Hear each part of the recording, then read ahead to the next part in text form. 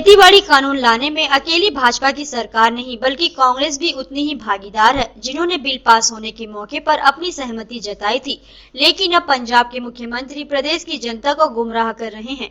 आम आदमी पार्टी तथ्यों के आधार पर साबित कर रही है कि मुख्यमंत्री अमरिंदर सिंह व प्रदेश प्रधान सुनील जाखड़ के साथ तमाम कांग्रेसी नेतागण ने अपने बिलों पर सहमति जताई थी, जो अब अपना पल्ला झाड़ रहे हैं। आप सबका आज इस प्रेस कॉन्फ्रेंस में बहुत बहुत स्वागत।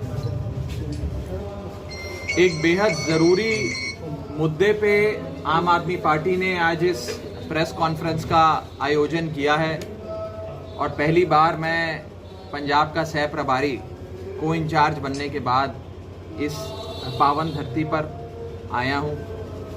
कई बार आया, चुनाव संबंधित कामों से भी आया, अपने घर परिवार वालों से भी मिलने आया, लेकिन इस बड़ी जिम्मेदारी के बाद सह प्रभारी पार्टी द्वारा अरविंद केजरीवाल जी द्वारा बनाने के बाद पहली बार आज मेरा यहाँ पे चुनाव प्रचार का दौरा है।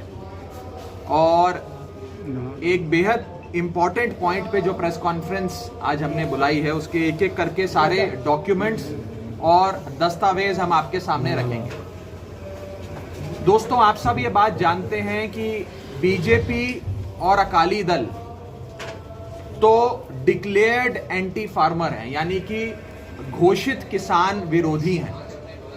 देखिए, वो तो आने वाला समय बताएगा, लेकिन मैं बीते कुछ दिनों से लगातार पंजाब में प्रचार कर रहा हूँ। कल भी 3-4 जगह मेरी पद यात्राएं और रोड शो थी, और रोपड़ हो, डेरा बस्सी हो, नंगल हो, आज भी कपूरथला है, दसुआ है, यहाँ पर है होशियारपुर में, कई जगह जा रहे हैं। और एक आवाज़ जो साफ सुनने में आती है जहां जाओ, वो ये आती है कि हमने सबको मौका दिया है, हर पार्टी को मौका दिया, लेकिन सबने धोखा दिया है। इस बार मौका आम आदमी पार्टी वालों को देंगे, एक बार इन्हें भी आजमा कर देखेंगे।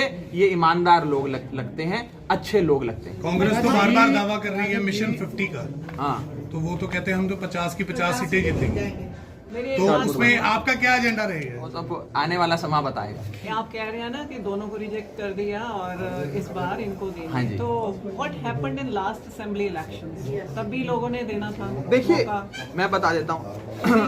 मैं as a student, I will explain. As a student of Indian politics, एक विद्यार्थी होने के नाते भारत की राजनीति का, राजनीतिक शास्त्र का, एक भी पॉलिटिकल पार्टी ऐसी नहीं देखी गई कि वो किसी सूबे में पहली बार चुनाव लड़े और प्रिंसिपल ऑपोजिशन, मुख्य विरोधी पार्टी बनके उभरे। कभी नहीं हुआ।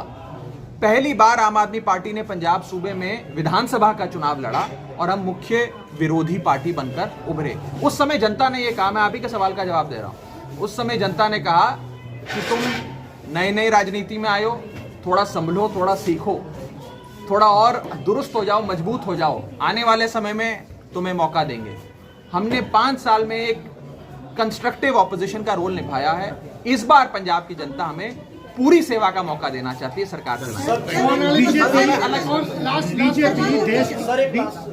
अच्छा, इन्होंने कोई नहीं पूछा, इनसे पूछा। सर, दिल्ली में एक रिकॉर्ड होता है कि 70 में से 77 सीटें विधानसभा में मिली, लेकिन लोकसभा में कोई नहीं। क्या ईवीएम से छेड़छाड़? देखिए, मेरा ये कहना है और मेरा ये व्यक्तिगत मानना है, हर चुनाव का अलग मकसद होता है। कोई चुनाव होता है प्रधानमंत्री को चुनने का, कोई चुनाव होता है मुख्यमंत्री को चुनने का, कोई चुनाव होता है मेयर चुनने का या पार्षद कॉर्पोरेटर चुनने का। ये सारे चुनाव अलग होते हैं। किसी चुनाव को आप एक दूसरे से जोड़ के नहीं देख सकते। मैं आपको एक बड़ा अच्छा एग्जाम्पल देता हूं। 2019 में लोकसभा का चुनाव हुआ पूरे देश में, उड़ीसा में भी हुआ। उड़ीसा में जब लोकसभा का चुनाव हो रहा था, यानी कि प्रधानमंत्री चुनने का चुनाव, उसी समय विधानसभा का चुनाव भी हो रहा था, मुख्यमंत्री चुनने का चुनाव। यानी कि जब मतदाता, वोटर पोलिंग स्टेशन के अंदर गया तो उसके सामने 2 मशीनें थी, एक ईवीएम पे प्रधानमंत्री चुनने वाला बटन और एक ईवीएम पे मुख्यमंत्री चुनने वाला बटन, उसी समय उसे दबानी थी साथ साथ। और उड़ीसा, जैसे कहा जाता है गरीब राज्य है, पिछड़ा राज्य है, उस राज्य के लोगों ने अपनी पॉलिटिकल शार्पनेस दिखाते हुए एक मशीन पे तो दूसरी पार्टी को जिताया, मोदी साहब को प्रधानमंत्री बनाया, और दूसरी मशीन पे नवीन पटनायक साहब को मुख्यमंत्री बनाया, बीजू जनता दल को जिताया। तो ये दिखाता है कि ये पॉलिटिकल एस्ट्यूटनेस, पॉलिटिकल अवेयरनेस आज के वोटर में है। एवरेज वोटर भी इन चुनावों को जोड़ के नहीं देखता, अलग अलग करके देखता है। Sir, one more question.